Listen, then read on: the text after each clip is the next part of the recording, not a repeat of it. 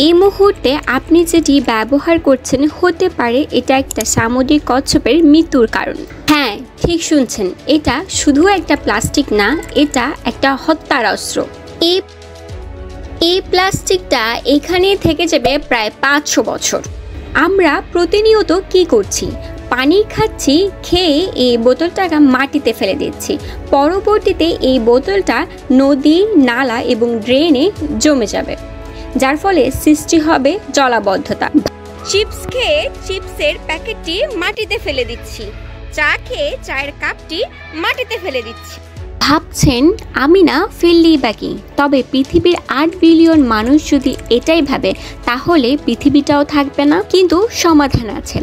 একটা কাপ বহন করলে আপনি বছরে প্রায় 100টা প্লাস্টিক কমাতে পারেন।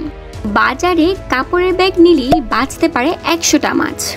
আপনি যদি আপনার এলাকায় প্রতিদিন অন্তত 1 ঘন্টা পরিষ্কার অভিযানে অংশ নেন তাহলে 10 কেজি প্লাস্টিক কমে যেতে পারে। নিজের এলাকায় ক্লিন আপ ডে আয়োজন করুন, নানা ধরনের সচেতনতামূলক কার্যক্রম চালু করুন। আপনি বলুন, আপনি কি প্রতিদিন অন্তত একটা প্লাস্টিক ব্যবহার করা বন্ধ করতে পারবেন? তাহলে চলুন শুরুটা হোক আপনার হাত ধরে।